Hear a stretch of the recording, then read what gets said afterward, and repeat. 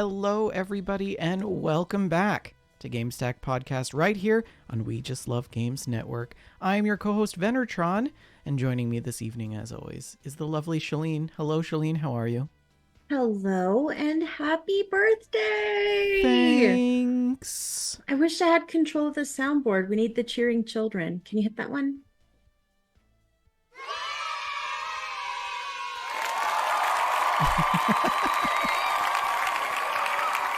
Happy birthday, friend.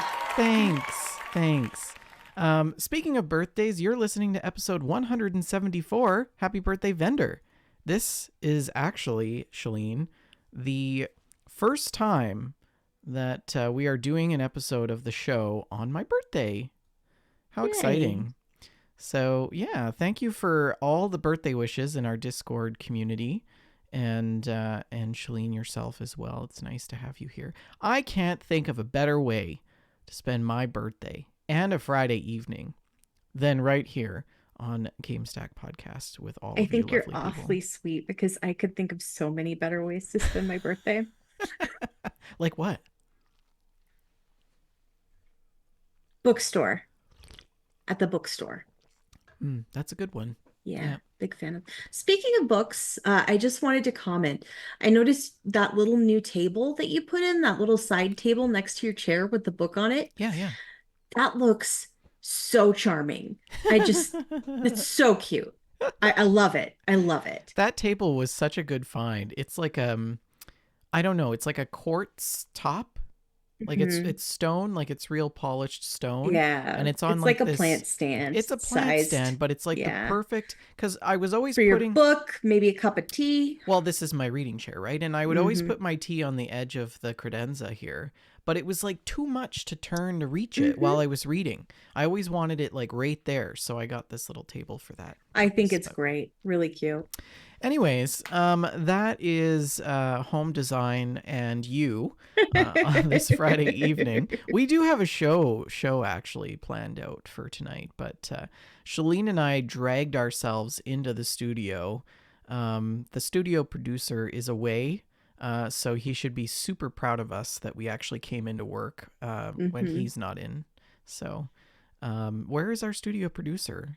Our in-studio producer, Archin, has gone home to Arizona to visit his family for the long weekend. So he did have a safe trip. I did confirm that he arrived safely in Phoenix. So I wish him the best for this weekend. That's right. It is. Well, it's Family Day on Monday here in Canada. Is it the same? Yeah, for us, it's President's Day here in the United States. Okay. In the same week or so is George Washington's birthday and Abraham Lincoln's birthday. So those got smashed together into President's Day. Convenient. It's like when you have like one birthday party for all of the neighborhood kids at one house. Yeah. Except it's a national holiday. Yeah. Don't forget, the show is sponsored by Oak and Crow Coffee. If you head on over to oakandcrow.com, you can pick up a bag of We Just Love Coffee blend, and $2 from every purchase of that blend goes to the Children's Miracle Network. Tell your friends about the show and join us live on Fridays. We love to have live people in the chat joining us for the show, but if you miss the show, that's okay. You can always catch our show on various podcast platforms because we are a podcast. That is where the bulk of our audience resides, is on iTunes, Stitcher. No, not Stitcher. iTunes, Spotify, Apple, Google. I think Google went the way of the dodo as well. So we lost iHeartRadio, Google, and I think we still Stitcher? have iHeart. I think iHeart still exists. We lost Stitcher and Google for sure. I think we still have iHeart. Anyway, whichever audio platform you listen to podcasts on, we're probably there. If we're not, I don't know how you're hearing this, but let us know and we'll try to get on there. So yeah. And the Discord has been so busy this week, I haven't been able to keep up. I don't know if you've been following, but there's been like 9 birthdays. There has been a lot of birthdays, and let's go through some of those. I've somehow managed to lose the Zoom window. There it is. Okay, so we had Tim Twig had a birthday. That's right. over the Happy birthday, weekend. Tim. Happy birthday, Tim. And then we had RTZ had a birthday, RTZ 13. Happy birthday, RTZ.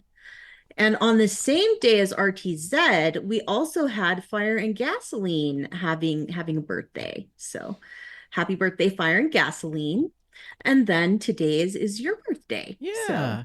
And you know there what was a lot of cake in the there was Discord like, yeah, server. there was so much cake gifts and like some suggestive cake gifts.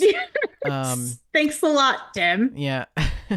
But I think we're starting a new trend. If you've got a birthday, post it in the lobby and Yeah, get some let us birthday tell you happy wishes. birthday. Let us Yeah. celebrate together. Yeah. I was like, maybe we should have a birthday channel, but then I was like, no, that's what the lobby is for. That's Yeah. yeah.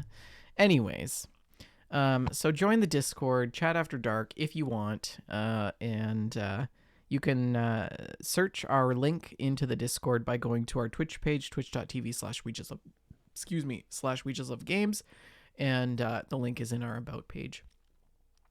But this evening we have much to discuss. We have some news, game stocks, what the community is playing, and what Shalene and I have been playing.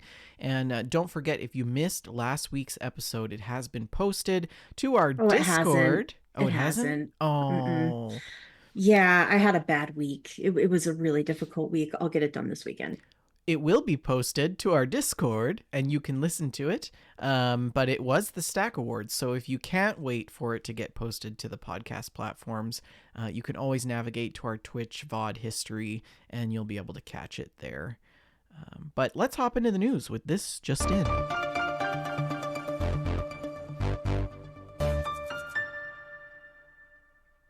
As always, shout out to Joseph Tao.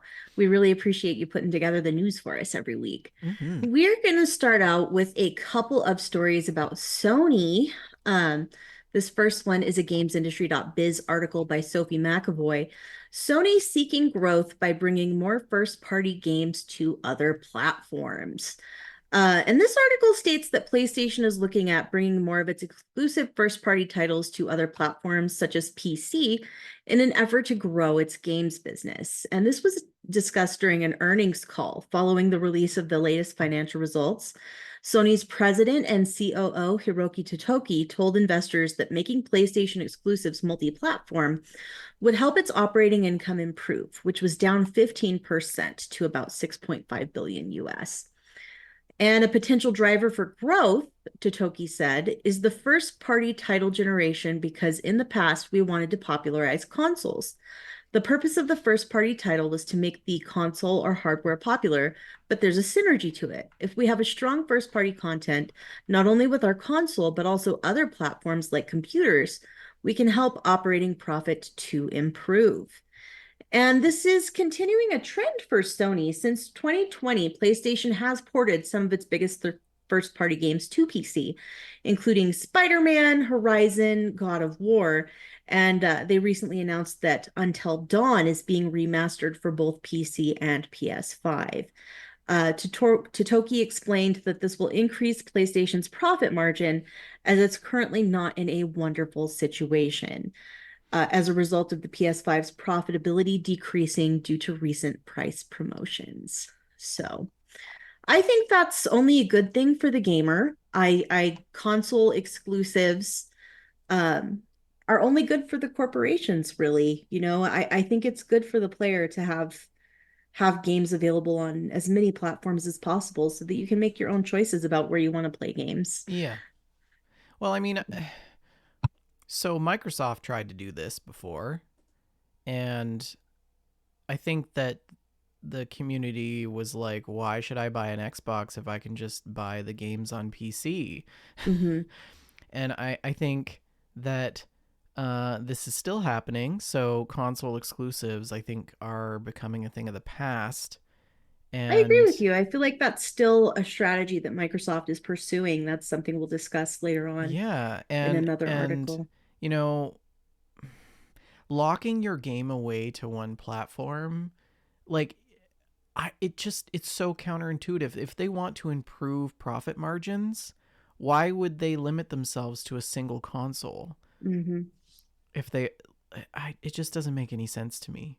It really does make more sense to try and get as many hands on your games as Especially, well, I possible. mean, I think what they're thinking is if we limit these games to consoles, people are going to buy a game or buy a console to play the game. Yes, Boom, go our sales. But that's not true because inflation is absolutely through the roof and nobody's buying extra things right now. Um, right? I agree. Money's tight. Money's Money tight is for a lot of people right money's now. too tight to mention, let me tell you. Hmm. And so, like, I don't know what they're thinking, but I don't know. I feel like it's not going to go well for them. I don't know. I think it'll be a positive thing. I do. Um, so our second Sony focused article is a Kotaku article by Jen Glennon. And our title here is Bummer. PS5 entering the latter stage of its life cycle, Sony says. Already? Yes, and that was my reaction exactly. It feels like What? it's it's too soon. It's too soon. But this was also something that was a result of the third quarter earnings call recently. And among other things, Sony revealed that they don't plan to release any new titles in any of its major franchises for the remainder of 2024. So that's a little bit lackluster. And the executives also stated that the PS5 is nearing the end of its life cycle. They expect that PS5 sales will slow in the next fiscal year from April 2024 to March of 2025.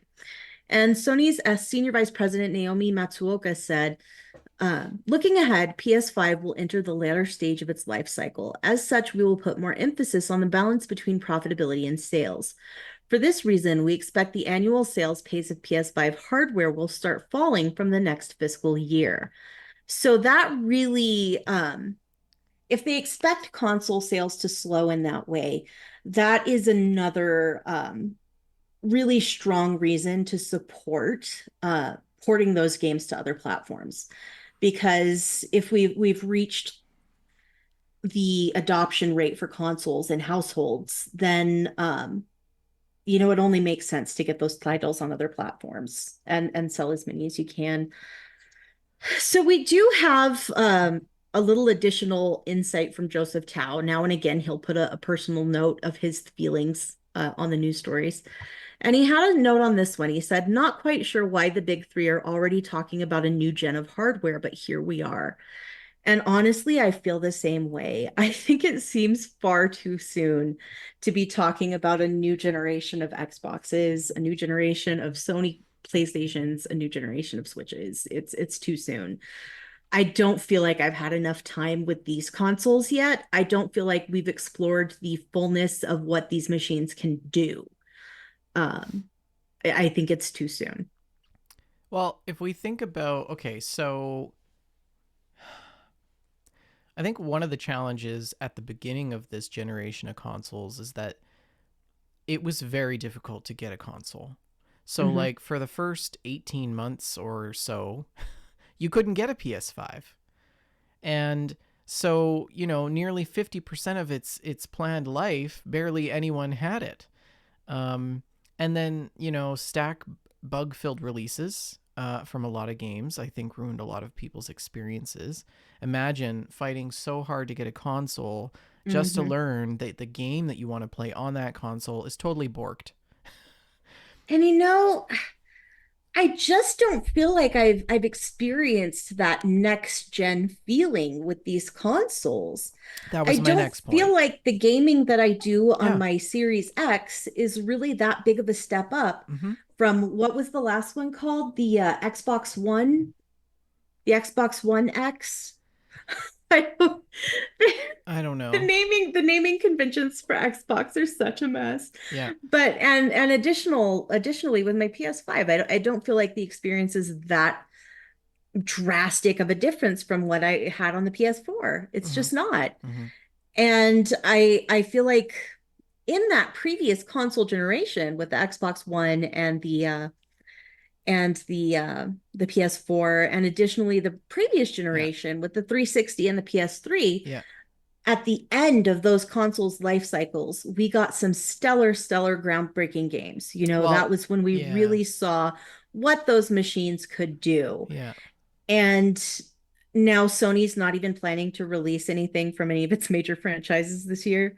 That's gee, great. Thanks. Well, Shalene, I think one of the you've touched on an important thing here because I think the life cycle of game development doesn't entirely match the life cycle of hardware development. If you think Mm-hmm. about it, computer power doubles on average what every 2 or 3 years. You know, transistors get smaller and smaller, packed into the same amount of space, making them more powerful. But video game development, you know, if it takes you to develop a video game between 6 and 10 Mm-hmm. years, you've already missed the boat in terms of developing a game that was matched to the hardware that you had originally started out with.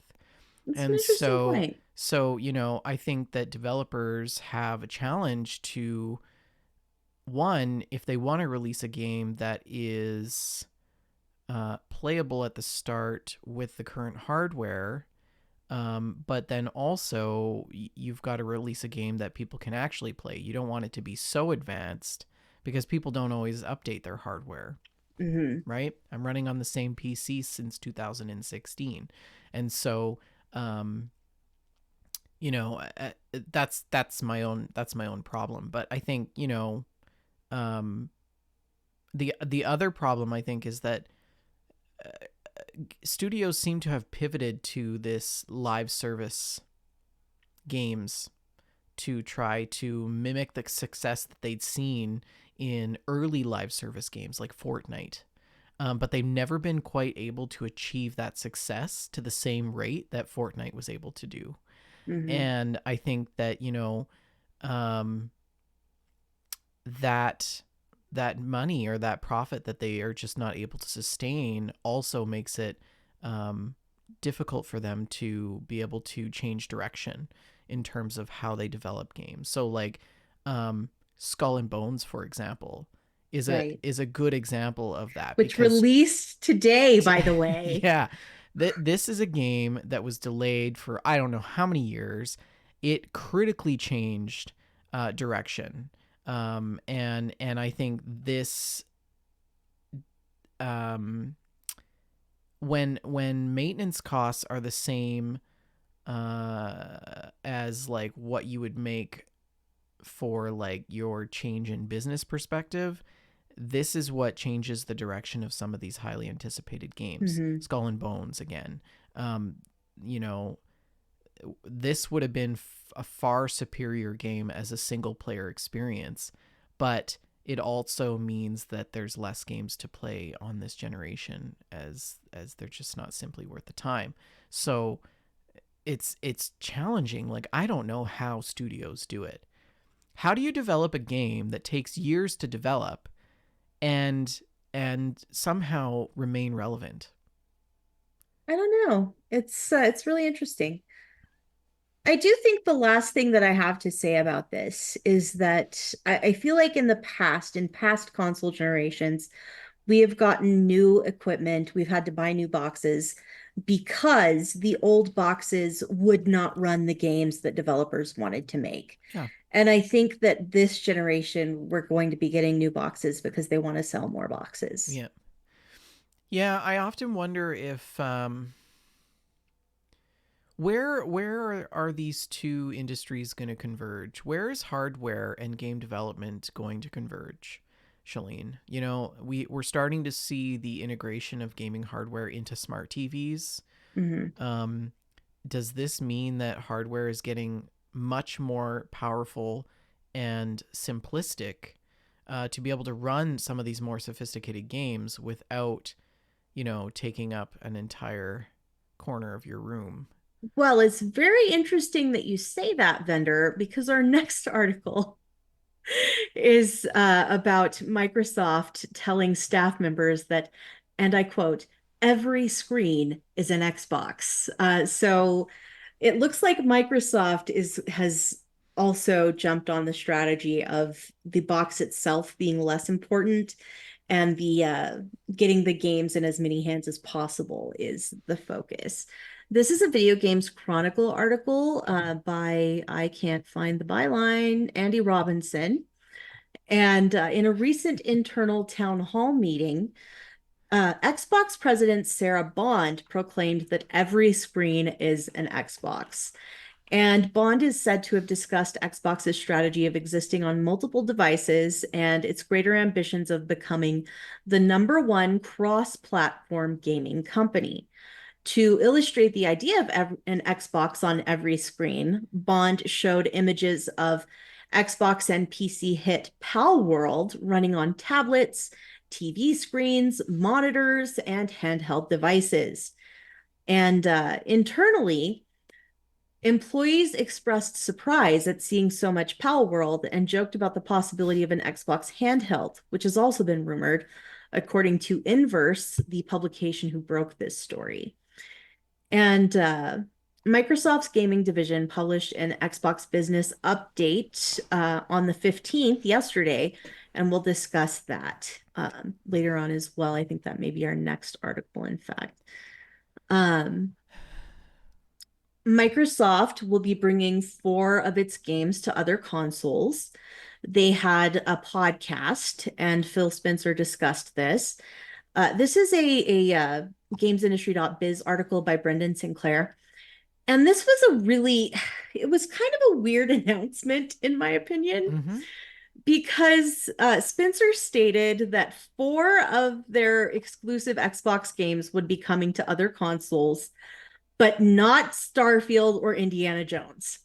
Why didn't they just say which games it was going to be? They told not Indiana Jones, not Starfield, but they couldn't be bothered to say which games they are. That just seems so weird to me.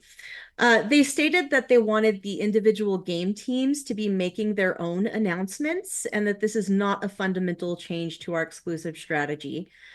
And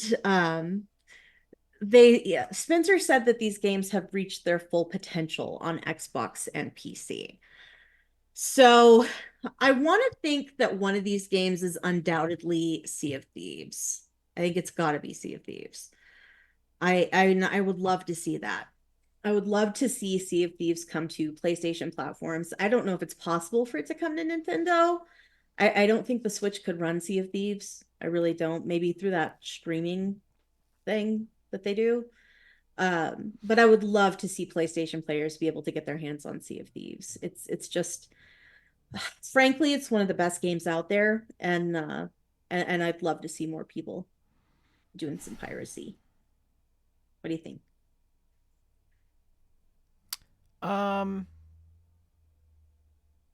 I don't know. I don't know what to think. Like, I think it's ironic that Microsoft is finally making good games after stringing all of us along so that we would just keep buying Xboxes from the past decades. But I think the funniest part is that, after all of these years of like, oh, games are coming, great games are coming, they're actually coming like this year and next year because the studios they bought are getting into the groove, right? Mm-hmm. All of Right. the studios that they bought over the last 5 years are finally settling in.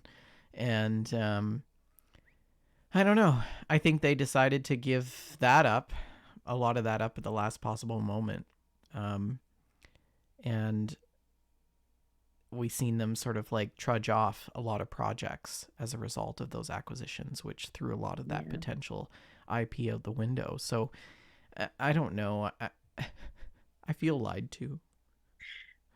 How do you feel lied to? I don't know. It's Microsoft. How can you not feel lied? Well, a couple of additional items that were discussed during this podcast that hopefully are not lies. President Sarah Bond announced that Activision Blizzard games would begin to be added to Games Pass, starting with Diablo 4, which will be added to the catalog on March the 28th. Hmm. And also, Game Pass has 34 million members. And upon announcing the Activision Blizzard acquisition in January of 2022, Microsoft had more than 25 million Game Pass subscribers. And just 3 months later, it had fewer than 22 million. So that's a pretty huge jump. Um, over Well, this okay, so past year. I don't think we're at this point yet for this to actually work.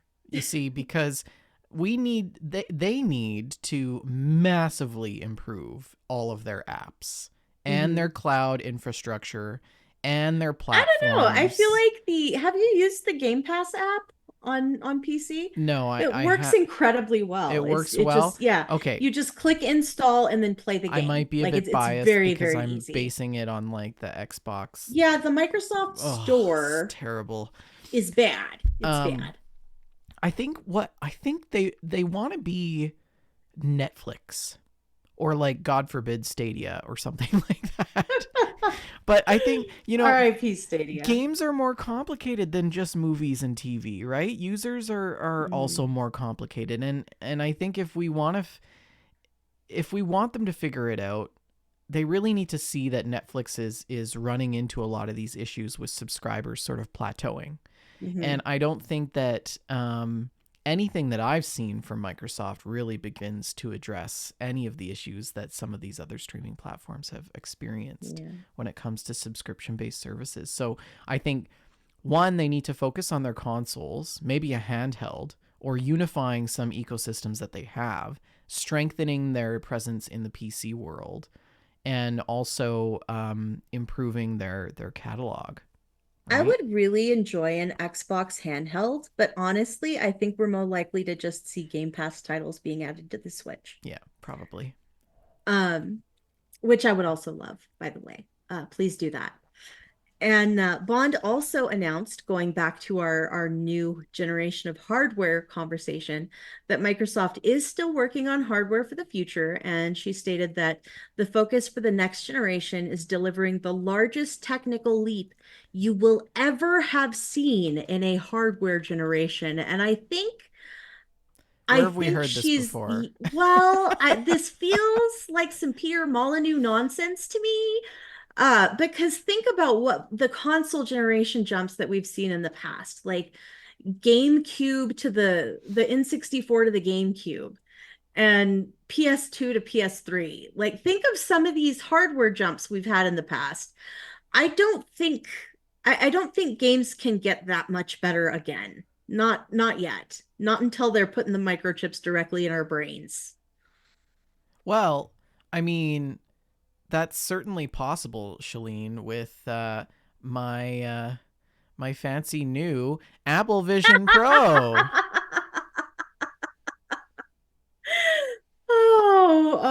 Yeah, Yeah. For it's the great. audio folks, he's using the silly Zoom filter with the like the scuba mask on it. We were playing around with these before the show, and we both at the same time made the same joke about this being our new Apple Vision Pro. Yeah, yeah. So I am now just running the entire show with this lovely little headset right here. Yeah. that's so silly. Oh man. Okay, so our next story, we're gonna go to something a little bit lighter. Uh, How do I turn this off? Oh, there we go. oh my goodness, the Zoom filters always make me think of like in the beginning of the pandemic days when people were turning themselves into a potato and didn't know how to fix it, and Yeah, then yeah, like yeah. and the Like that professor had to do the whole class as a potato. that judge that was a cat and he was like, Yes, I don't know how to I know how to fix this.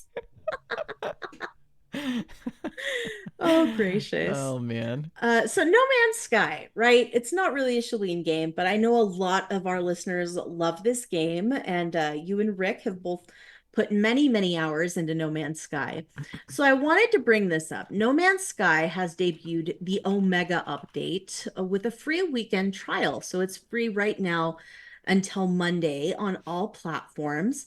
And this update brings a plethora of additions, according to this GameSpot article by Diego Nicolas Arguello.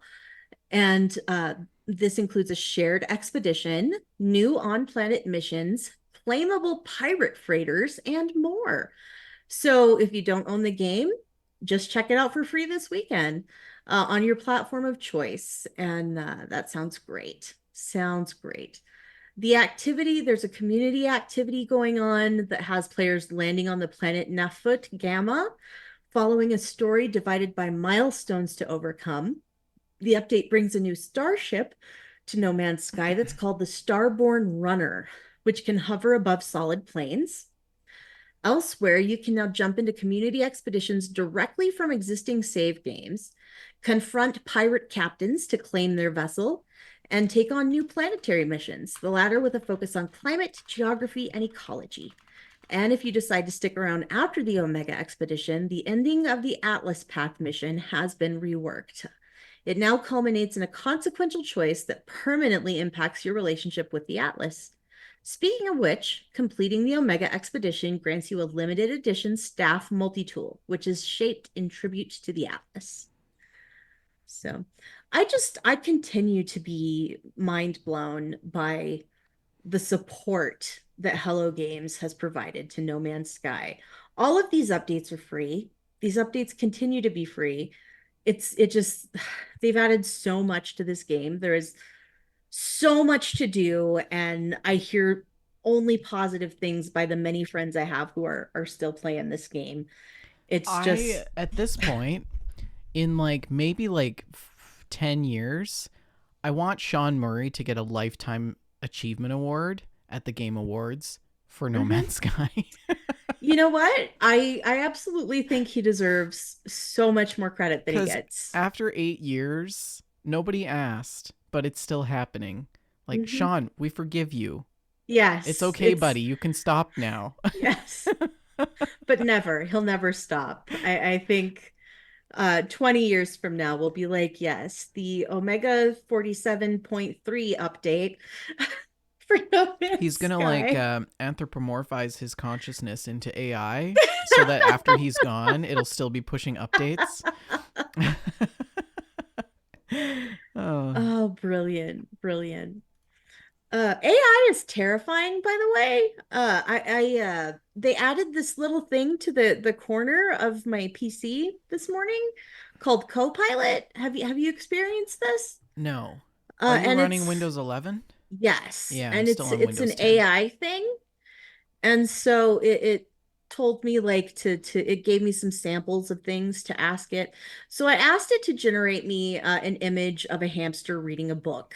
And it did. It gave me four little images of hamsters reading books. They were very, very cute. They didn't have weird hands or anything. It was great. And then I followed up by asking, what book is the hamster reading? And it gave me this amazing story. Do you mind if I read it? Sure. The Chronicles of Nuttingham, a hamster's quest for cheesy knowledge. In this riveting tale, our furry protagonist embarks on a daring adventure through the pages of a tiny book, seeking the ultimate treasure, a wheel of age cheddar. Along the way, they encounter wise old mice, mischievous squirrels, um, and a mysterious librarian owl who insists on whispering book recommendations. Will our hamster hero decipher the cryptic clues hidden within the margins? Will they outwit the cunning cat who guards the library's entrance? And most importantly, will they ever find that elusive cheese?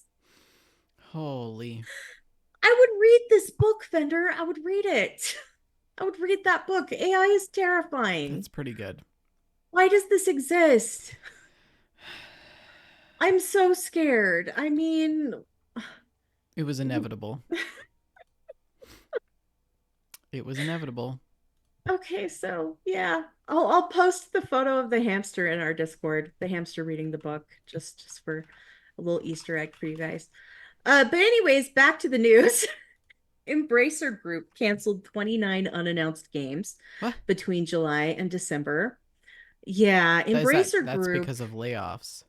Yes, they're that company who had like a $2 billion investment plan, and it didn't work out for them. So all of the game companies that they had acquired, they could not support. So they've done like 1,800 layoffs and have also had to cancel 29 unannounced games. Wow. So um, as of December, this was 8% of its global workforce that had been laid off, um, which is just it's awful. It's awful. And Embracer's CEO, Lars Wing Wingefors, Wing Wingfor, Winjafor. I have no idea how to pronounce his name. He said on Thursday that the company's restructuring plan is now entering its final stretch, but warns that more cuts could be coming as it looks to sell off more assets. And it's just, it's disastrous in my opinion because they've canceled all these games, they've fired all these people, and they've shuttered companies like Volition and Free Radical. They've put other companies up for sale like Gearbox. They've made layoffs at Gearbox, at Crystal Dynamics, at Beamdog, Zen Studios, Eidos Montreal. And it's awful. That's so many. And it was just because of greed that this happened. Mm-hmm. They wanted this investment deal. It didn't work out for them, and now now all of these innocent people have to suffer. And I hate this so much. I hate this overreaching by game companies. I hate this overreaching. And They they they hoarded too much IP, and they they did. bought way more than they could handle, and they threw too much money at studios that weren't producing. Frankly, they needed to build slowly Yes. and build as they could support. And that's how you make things work. That's how you make things last. But they didn't care about that. They wanted a quick buck, and the result is that almost 1,500 people have lost their jobs. If I And was the FCC, I would probably be investigating this company, because how much are the executives still making? How much mm-hmm, have the executives made? And 1,500 people have lost their jobs. yeah. So, like, you know, how does a company make money if it buys content studios and IPs and throws money at them to start these projects and then cancels each and every project and lets nearly all of their assets just float away? This was an evil thing to do. Was the real plan to just buy assets and wait until the right moment in the future and then just resell them? Ugh, I am so grossed out by this. I can't, Something I smells. can feel my blood pressure just rising. Mark my words, the entire games industry will suffer from this. The entire games industry will be affected by this disaster that Embracer has caused. And that's the news, Vendor. That's all I've got. Okay, well, that is abruptly ended. Let's hop into the stocks.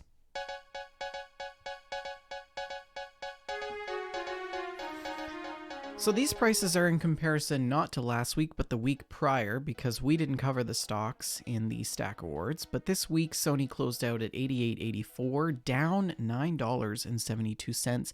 Microsoft also down $7.16 at 404.06. Nintendo down just one, or up just 1 cent, holding strong at $14.30. Take Two down $13.62 at 153.38. Ubisoft up. That is a typo. That is wrong. I'm not going to report on Ubisoft. EA is up $5.64 at 142.28. Tencent up $1.62 at 36.91, and Roblox Corp closing out at 42.91, up $2.24. That is GameStock. Let's hop into our mail. What have we got for mail? You've got mail. Not a thing. Not a thing. Just moths in the envelope. Uh-oh, and Shalene has frozen. Did we lose Shalene? It's entirely possible that we've lost Shalene. Oh, you're back. Hi. You froze there for a second. There's no mail. You froze. I thought it was you. Oh, Anyway, there's no mail. None at all. No mail. okay. Then we'll hop on to what the community has been playing. You can see the screen share, Shalene. I can. So last week, we asked you for the GameStack challenge to submit your photos of your rarest achievement. in Right. video games, and boy, did you guys deliver. We got a lot of screenshots of many achievements and things, and I'm just gonna roll through these, and then we also have some other screenshots. Shalene, this is yours, This is and mine. It's not actually the rarest one I have, but it was probably the hardest to get. It's We Need Guns, Lots of Guns from Fable 3. Collecting every legendary weapon. You can only get like 10 of these in your own game, and there are 50 of them altogether. So I had to go onto the forums, I had to make friends. I spent a lot of time chatting on the internet with other Fable 3 players and meeting up with them for drug deals. And I eventually assembled all 50 legendary weapons. And after that, I made it my own mission to make this easier for other people. And so I had posts on all the major forums like, hey, here's my gamer tag. Link up with me. I will let you hold all the weapons and then you give them back to me. So I did probably 100 of those drops where I would just let people meet up and hold all the legendary weapons and then they would give them back to me.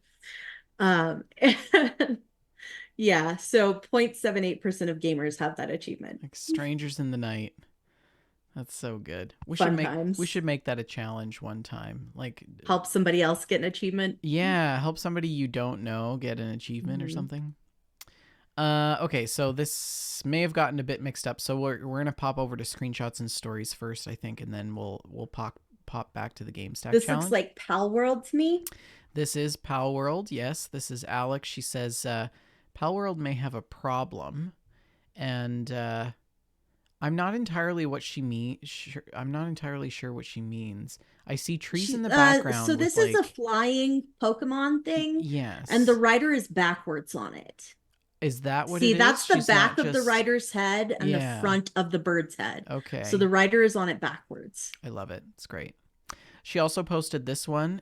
If it fits, it sits. And it's this cute Oh, yellow spiky head dinosaur, and he is so big, and he's sitting in like this tub, and he it's so barely fits. cute. It's so cute. His legs are flowing out over the side and his I tail love in the his back. electricity mohawk. It's very good. And then she posted this one I really like. It says, I always feel like somebody's watching me, and it's her and presumably Zephyr standing in front of a conveyor belt, and there's this super chubby animal standing behind this pine tree, and it's like you could definitely see him. What super chubby animal?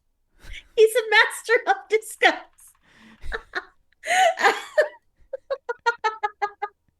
Shalina's dying.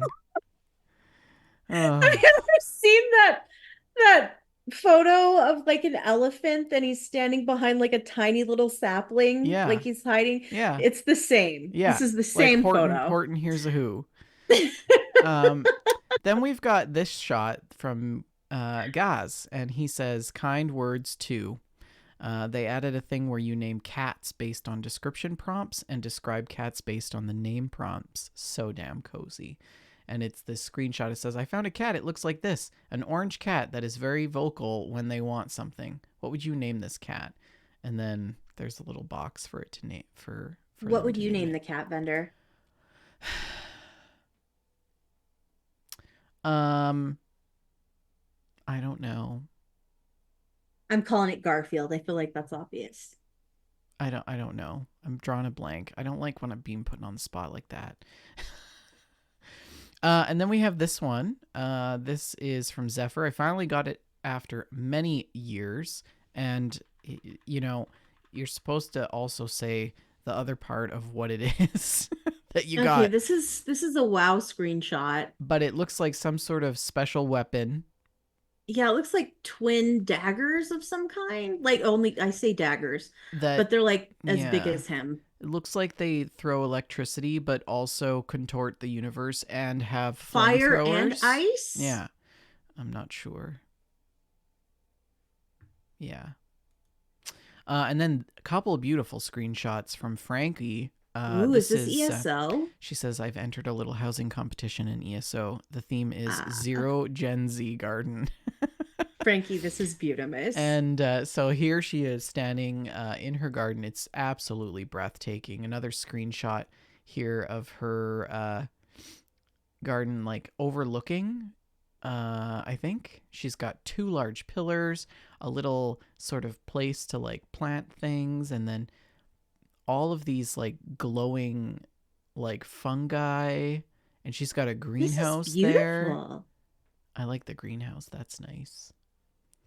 And Interestingly enough, I managed to visit Frankie in Fallout 76, and her house in Fallout 76 was also built using the greenhouse kit. mm, mm, mm, mm.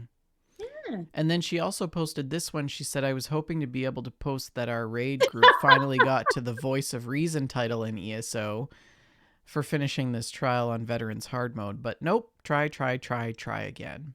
And Thank then, you so much for labeling this screenshot for yeah, us. I love this. I love the labels. This is the best. So we have a label that says tank, and the arrow is pointing at somebody on the ground in a little pile of ashes. An arrow that says me, a little corpse on the ground there, and then another arrow that says very angry dudes towards presumably the creatures that killed them. Props for annotating your screenshot. I think you've This really made my day. you've raised the bar, Frankie. Next level. Yeah. And then Alex posts this one, was wondering why the heck I was 700 pounds carry weight in Paul World. Turns out I'm carrying 441 pounds of berries. And she has 2,208 berries in her pocket. Like you do. Like you do.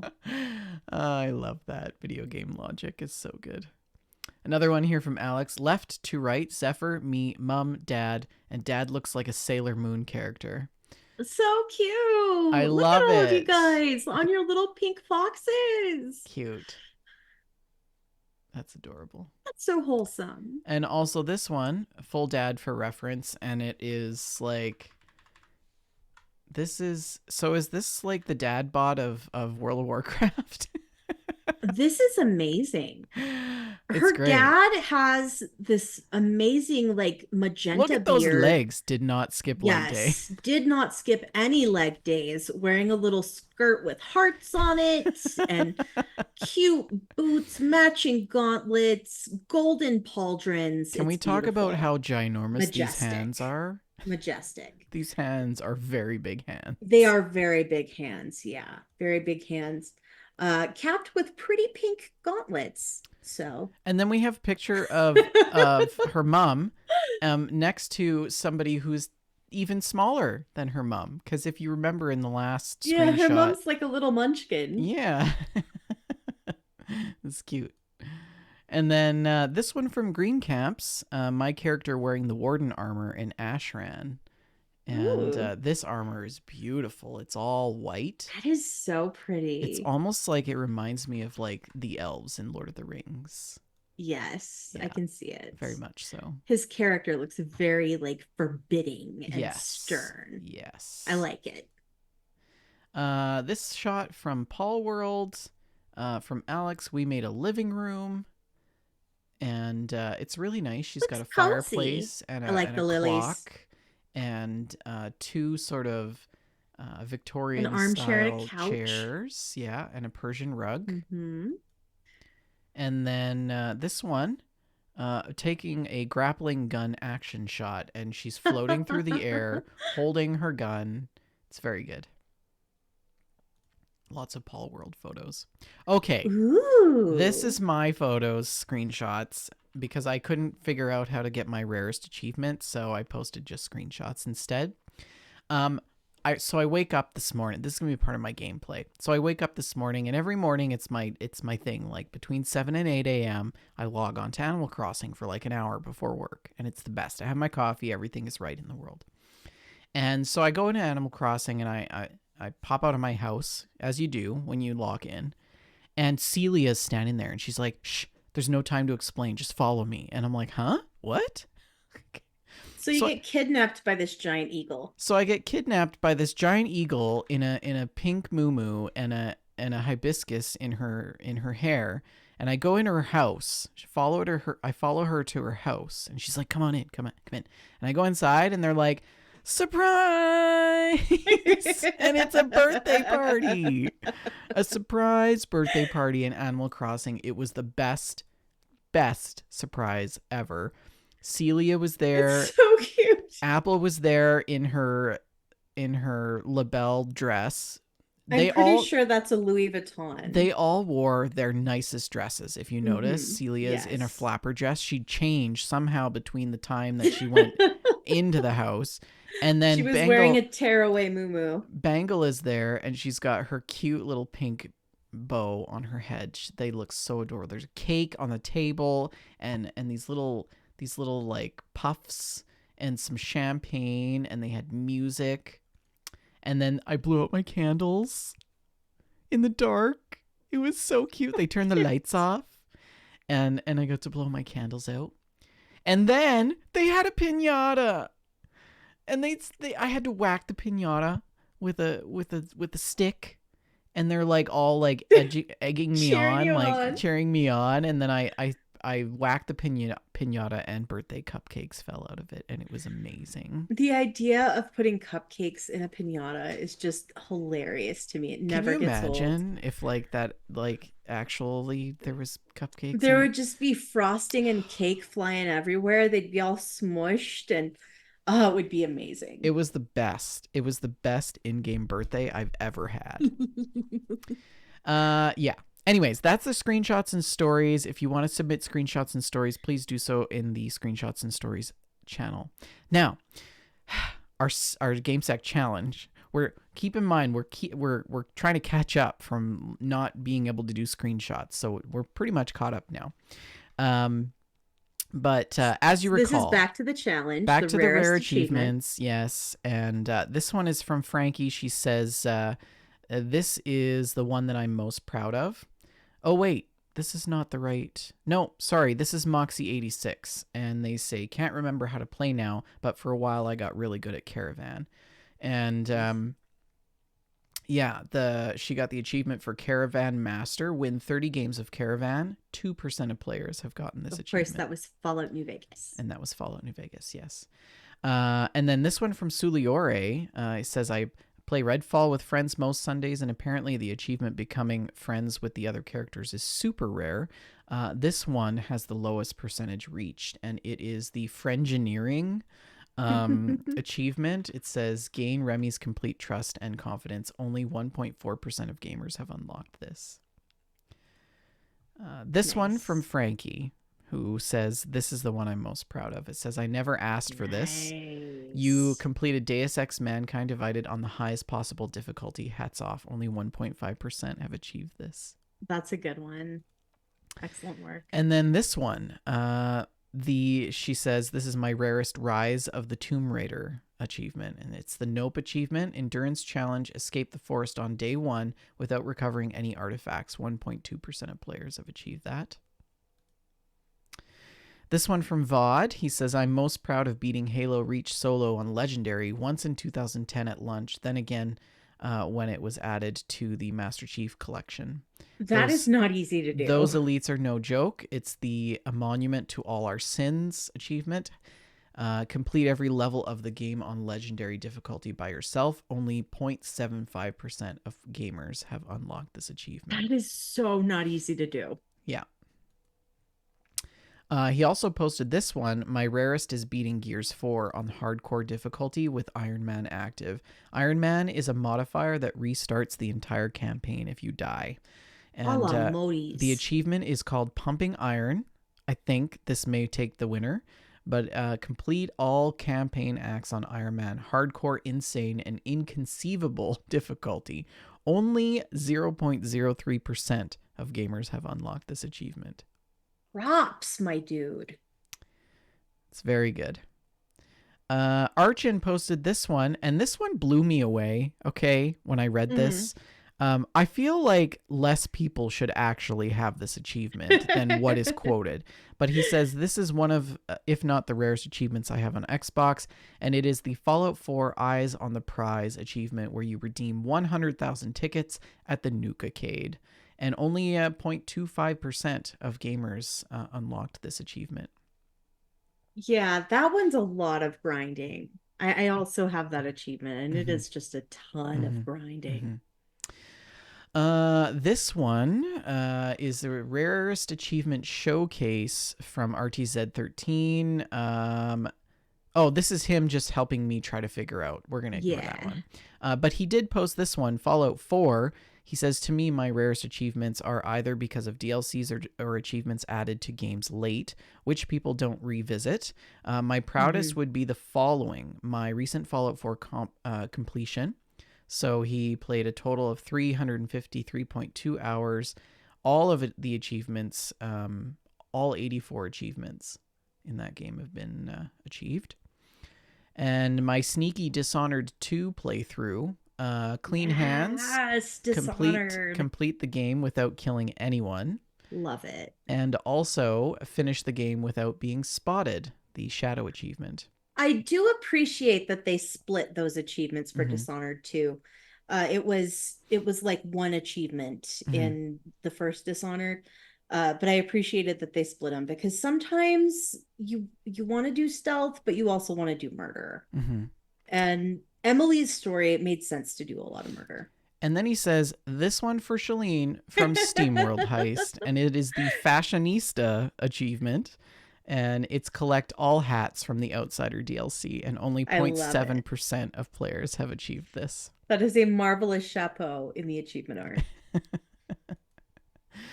And this is Yeah, this is your me. rarest achievements. Yeah, I'll let you speak to these. my rarest achievement is a Fallout 76 PC achievement called Troglodyte.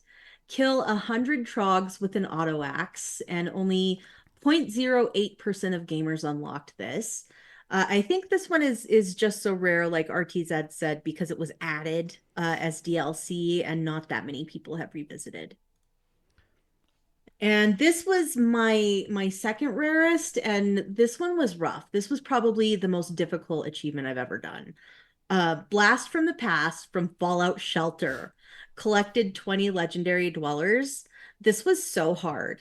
I was running this game on my PC at all times for like a year, just in the background, no matter what I was doing, putting on makeup, doing the podcast, playing a different video game. I had Shelter running in the background. That's amazing.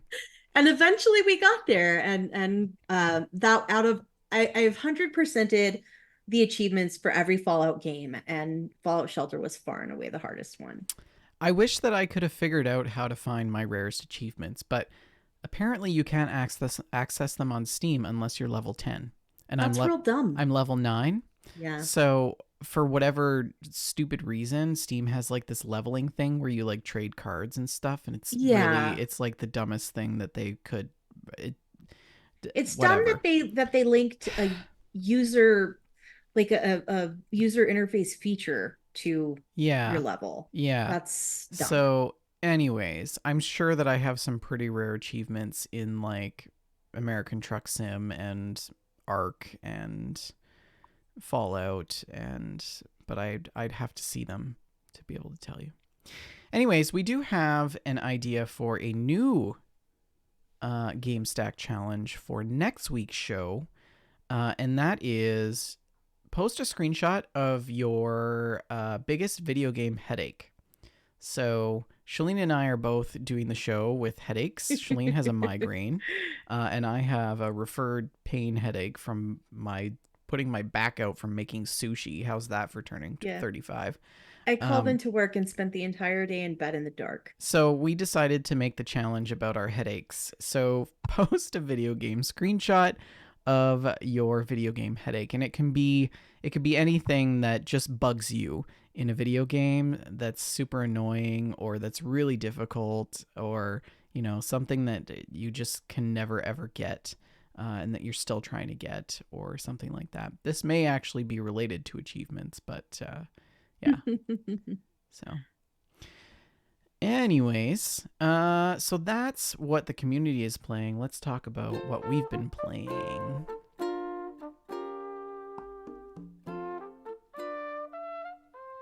So, as I told you my story about my birthday Animal Crossing extravaganza, um, it didn't just end at Celia's place with the surprise birthday. I went to get my morning coffee at the Roost in the museum to see Brewster, and I got a free coffee for my birthday from Brewster. Nice. But he's kind of cheap because the second one I had to pay for. I ordered another coffee, and he's like, "Oh, another coffee, 200 bells." And I was like, "Oh, okay." And then I ran around the island with the extra cupcakes that I had from the piñata, and I was giving them away to various villagers on the island. Um, yeah, and Anchovy was so excited to get a cupcake because he loves snacks. Snacks are his thing. I always give him like jellies and jams and like donuts and like desserts and stuff because he likes those things, and he was very excited to get a free cupcake from me. And he also gave me a gift, which was like, I don't know, a janitor uniform or something. It was something very plain and terrible, but it's Yeah. okay. They give um the funniest I things. know, right? um and Plucky was also very excited. um she was like sitting at a tree, and you know how when they sit you can only do certain dialogue engagements with them, Hmm. like you can't give them gifts or anything. So I go up to Plucky, and she's like eating a bagel or something, and I'm like, "Oh, hey, what's up? Morning." Like, and she's like, "Oh yeah." She's like, "I just got to sit down. Partying is hard work." And I'm like, "Girl, you didn't even come to my birthday party. Like you weren't even there. It was her. It was Celia, Apple, and Bangle." And I was like, "Okay." And then Velma was like a total bee. She was in the Resident Services Plaza Square, and she was listening to KK. And I went up to her and I'm like, "Oh, hey, good morning," like. And she was like, she totally brushed off the fact that it was my birthday. Rude. Yeah. She was actually more, she was like angry that I hadn't spoke to her for a while. Hmm. And I was like, "Wow, okay. I'm just gonna okay." Did you get KK to play you your birthday song? Yes, that was great. And I love the Hmm. little quotes from, like, I got one from LaBelle and one from Isabel and another one from Quilson. So And oh, and cute. Wilbur. Wilbur Hmm. too. Yeah, they were really cute. I enjoyed that. And I've started Renos. So I've been talking about wanting to sort of beef up my island, make it more interesting, and I'm starting with the entrance. So I've lifted all of the road work from the front part of my island where you step off from the airport. And I'm starting with a clean slate. I'm starting by moving the shop, so I have to wait for the shop to move before I can move other things, and it's a slow process. But hopefully by Thursday next week, I'll have somewhat of an entrance for you guys to see. That That's will be exciting. more fun. Yeah. But that's pretty much in Animal Crossing. Been very busy in that. I did start a new game though. I picked up Citizen Sleeper on sale for $12, and Jess was not kidding when she said that this game was absolutely fantastic. I am riveted, Shalene. Really? It is so good. As you know, it's a visual novel based game, and I just started it, but it is very, very rich. The story has me wanting to save these people and do good things for them, and then I do good things for them, and then suddenly they stab me in the back, and I'm like, "Oh no." So it's really good. It's actually, I think, one of my first visual story based games that Really? Visual I've. novels are so fun. Yeah, so highly recommend Citizen Sleeper. I am definitely looking forward to playing that this weekend. I'm going to dive into that. But when I'm not playing Animal Crossing or Citizen Sleeper or American Truck Simulator, I am dedicating the remaining time that I have to play video games to collecting the remaining 900 Korok seeds in The Legend of Zelda Breath of the Wild. I can't believe you're doing this. Are you using a guide? I am using a guide Yeah. because what person in their right? I would never finish if I didn't use a guide, Mm-hmm. right? So I am using a guide. I'm up to 415 seeds. I'm so impressed. 415 seeds out of 900. So I have 485 to go. And yeah, it's going to be good. It's going to be good. Really Anyways, impressed. that is my gameplay. How about you, Shalene? What have you been up to? I had a terrible week. It was a really bad week. Work was hard. I didn't feel good. Like Mm-hmm. it was a bad week. I didn't have much free time. Um, I did spend some of the weekend playing Fallout 76. And I ended up on a server with Frankel's Kanina, and that was really fun. And I went and visited her camp and stuff, and she had a really great camp. She's like, "Oh, your camp is also nice." She's very nice. My camp is chaos. It's a disaster. It's trash. But it was cool. It's always fun to run into somebody that I know Mm-hmm. in Fallout 76. I That's frankly one of my favorite things about this whole multiplayer Fallout experience is running into names that I recognize, from our listeners and our Discord and our community, and just I I really enjoy that. And I was doing my challenges, doing my dailies and my weeklies, and I was gonna do the event challenge. There was a Valentine's Day event challenge going on, and my computer blue screened, and so that's happening more and more often now. Just it's I can't really get much done without getting a blue screen. Um, so I gave up, and that was that. Mm-hmm. But that was really all of the free time that I had this week. So Well, at least you got to play some games. Hopefully, you'll have some yeah. time this weekend to wind I'm down and hoping so. relax. I've Yeah. got a long weekend, and hopefully And you my have the place eyes to will feel better yourself. tomorrow. Yes. So what else do I have to do, with the Archon not being around? Yeah. Um, Yeah. and it's Foshnosh, so Oh, is it? I'm gonna have to, It yeah, is it's that time. Foshnot. So I'm gonna have to hop on and, Hmm. and run some parades. There are some new masks available. So Excellent. Well, that's a show, folks. Thank you for listening once again on this fabulous Friday evening. Don't forget, the show is sponsored by Oak and Crow Coffee. If you head on over to oakandcrow.com, you can pick up a bag of We Just Love Coffee blend, and $2 from every purchase of that coffee goes to the Children's Miracle Network. You can also email us at info@wejustlovegames.com, or if you want to send us some mail, you can also post in the MailStack channel in the Discord. That is always an option. We are on social media, Twitter at We Just Love Games, Shalene at Shalene L, myself at Vendertron N, and also on Facebook, facebook.com/We Just Love Games, facebook.com/group/We Just Love Games. And live recording at 6:30 p.m. Mountain Standard Time, twitch.tv/We Just Love Games. If you want to catch that, we encourage you to join us live every Friday. Join us in the Discord. We are on YouTube, iTunes, iHeart, Apple, Google, and Spotify. Please like, subscribe, and review the show, and we will shout you out.